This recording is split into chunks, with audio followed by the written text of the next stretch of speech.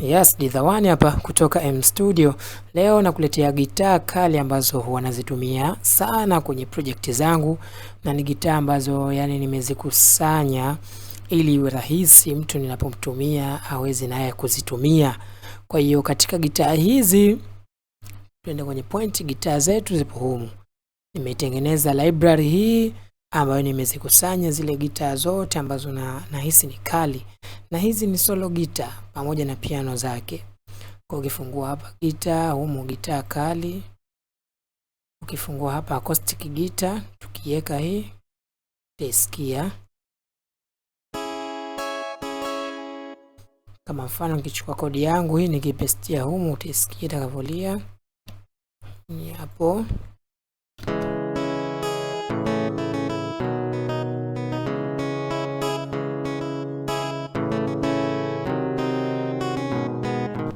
Kwa hiyo hii ni bando nzima, unaona hizi zote ni gitaa zote nimezikusanya hizi, maana yake ni gitaa ushindwe wewe tu kutumia.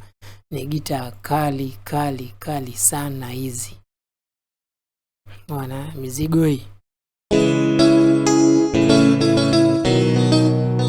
Oya, mizigo sio mchezo, mizigo ya kwenda, mizigo ya maana, mizigo ya kufanyia kazi.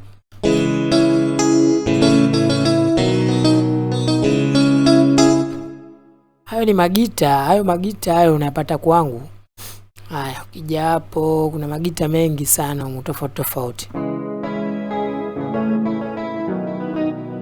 Oya, atakayekosa kuchukua bando hii ya gita, hii bando hii, yani tasbi nimwambie yeye, lakini hii ni bando moja tamu sana niliyoiandaa kwa ajili ya wale ambao wanateseka na gitaa.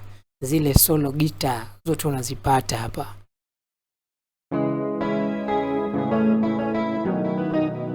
Pia zimo na bezi zake hizi. Kuna hii slap bass.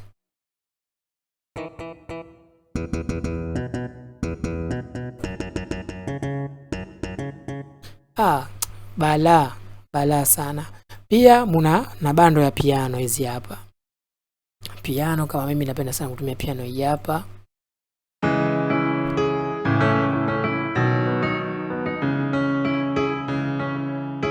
Hii bando yani nimeiandaa producer ashindwe yeye tu katika masuala ya gitaa na piano, ashindwe yeye tu. Una piano za kila aina, una gitaa za kila aina, mtu ashindwe yeye tu kutumia. Oya, wale watu wangu wa gospel, vitu hivi hapa.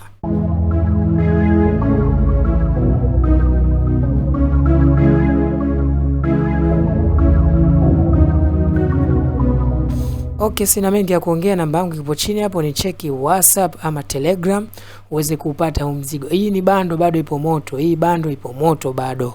Nitafute na mapema. Naitwa Didhawani. Goodbye.